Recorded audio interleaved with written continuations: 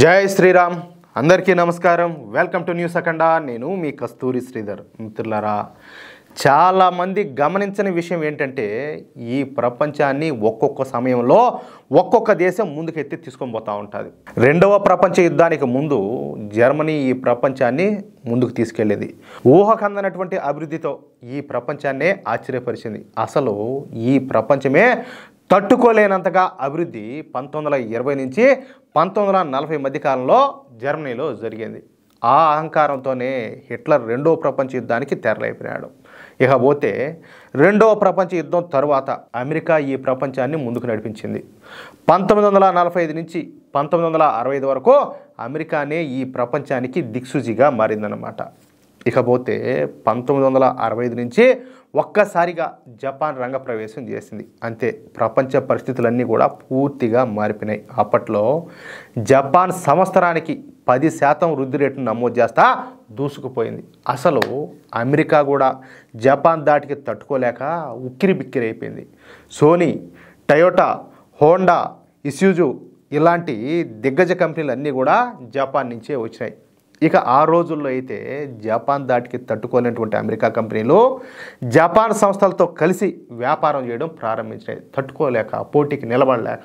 అంటే టెక్నాలజీ వచ్చేసి జపాన్ది, వ్యాపారం ఏమో అమెరికాదన్నమాట. ఇక జపాన్ 1965 నుంచి 1990 వరకు తన సత్తానైతే చూపిస్తూ వచ్చింది. చూడండి, అయితే ఇంత వేగంగా దూసుకుపోతున్నటువంటి జపాన్ను ఎలాగైనా సరే కిందకు లాగాలని చెప్పేసి మాస్టర్ ప్లాన్ వేసినటువంటి అమెరికా జపాన్ స్థానంలో చైనాను ప్రోత్సహించడం మొదలుపెట్టింది. చైనాలో లక్షల కోట్ల రూపాయల పెట్టుబడులు పెట్టడం ప్రారంభించింది. జపాన్కు పోటీగా తక్కువ ధరలకు చైనాలో ఉత్పత్తులు తయారు చేయడం ప్రారంభించారు. సరే, అవి క్వాలిటీ ఉంటాయా లేవనేది పక్కన పెడితే ఇప్పుడు పేదోళ్ళు కావచ్చు, మధ్యతరగతి వాళ్ళు కావచ్చు ఏం చేస్తారు, సరే ప్రస్తుతానికి ఏదో ఒకటి జరుగుతుంది కదా అన్నట్టు వాటి మీదకి ఎక్కువ పోతారనమాట. అంటే ఏదో ఒక విధంగానైనా కూడా జపాన్ అయితే దెబ్బతీయాలా, అది పరిస్థితి. అంతేకాకుండా జపాన్ మార్కెట్లను ఈ అమెరికా అదేవిధంగా చైనాలో రెండు కూడా షేర్ చేసుకున్నాయి. దీంతో జపాన్ హవా ఆటోమేటిక్గా తగ్గిపోయింది. జపాన్ ఆర్థిక వ్యవస్థ లాక్ అయిపోయింది. జపాన్ స్థానంలో చైనా ముందుకు వచ్చిందనమాట. ఇక 1990 నుంచి 2020 వరకు చైనా దందానే నడిచింది. ప్రపంచ తయారీ మార్కెట్గా చైనానే నిలబడింది. ఇవి ఇప్పటి వరకు జరిగినటువంటి విషయాలు. అయితే ప్రస్తుతం జరుగుతున్నటువంటి పరిస్థితుల గురించి, ఇకపైన జరగబోయేటటువంటి పరిస్థితుల గురించి జపాన్కు చెందినటువంటి సుజుకి సంస్థ కొత్త ఎండి అదేవిధంగా CEO అయినటువంటి హిసాషి తకియుచి మాట్లాడినాడనమాట. ఆటోమొబైల్ విడిభాగాల తయారీ సంస్థల సంఘమైనటువంటి ACMA సమావేశంలో ఈ హిసాషి తకియుచి ప్రస్తుత ప్రపంచ పరిస్థితుల గురించి అద్భుతంగా వివరించారు. ఈ సందర్భంగా ఆయన మాట్లాడుతూ ప్రస్తుతం ప్రపంచ పరిస్థితులన్నీ కూడా చూస్తూ ఉంటే అస్థిరంగానే ఉన్నాయి. యుద్ధాలు అదేవిధంగా పన్నుల మూలంగా ప్రపంచ ఆర్థిక పరిస్థితుల పరిస్థితి అగమ్యగోచరంగా ఉండాలి. ఇలాంటి పరిస్థితుల్లోనే ఈ ప్రపంచానికి భారతదేశం ఒక ఆశాజ్యోతిలా కనపడుతుంది. నేను చెప్తున్నా, కావాలంటే రాసి పెట్టుకోండి. వచ్చే 3 దశాబ్దాల కాలం పూర్తిగా భారతదేశానిదే. వచ్చే 30 సంవత్సరాలు ఈ ప్రపంచాన్ని భారత పాలిస్తుంది, శాసిస్తుంది అని చెప్పినాడు. ఈ మాటలన్నీ కూడా నేనేదో గాలికి చెప్పడంలా, భారతదేశ పాలకుల పట్టుదల, అదేవిధంగా ఓర్పు, సహనం, తీసుకుంటున్నటువంటి నిర్ణయాలు, అద్భుతమైనటువంటి ఆలోచన విధానాలను గమనించిన తర్వాతే మేమంతా కూడా ఈ విషయాన్ని అయితే తెలియజేస్తామని చెప్పి స్పష్టం చేశాడనమాట. రెండవ ప్రపంచ యుద్ధం తర్వాత జపాన్ ప్రభుత్వాలు ఏ విధంగా పరిశ్రమలకు బాస్టగా నిలబడినాయో అదేవిధంగా భారత్లోని నరేంద్ర మోడీ ప్రభుత్వం కూడా పరిశ్రమలకు బాస్టగా నిలుస్తుంది.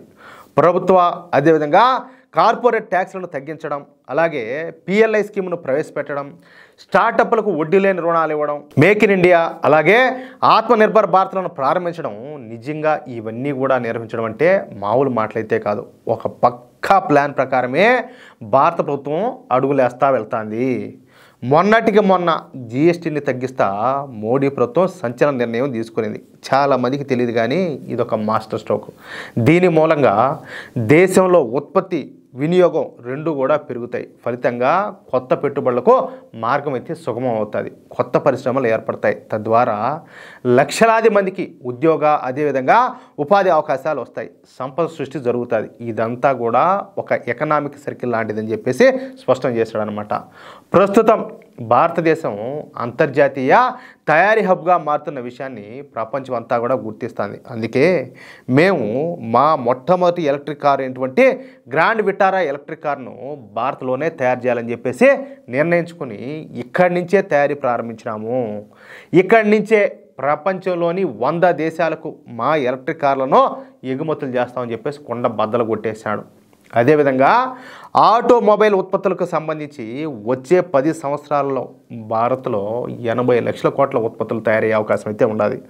అవకాశం ఉండటం కాదు, ప్రపంచ పరిస్థితుల దృష్ట్యా భారత్లో 80 లక్షల కోట్ల విలువైనటువంటి ఆటోమొబైల్ పరికరాలను తయారు చేయాల్సిన అవసరం అయితే ఉన్నది. అందుకే వచ్చే 30 సంవత్సరాలు భారత్దే భవిష్యత్తుగా ఉండబోతుందంటూ జపాన్ ఈ సుజుకి సంస్థ CEO అయినటువంటి హిసాషి తకేయుచి అద్భుతంగా ప్రసంగించాడు.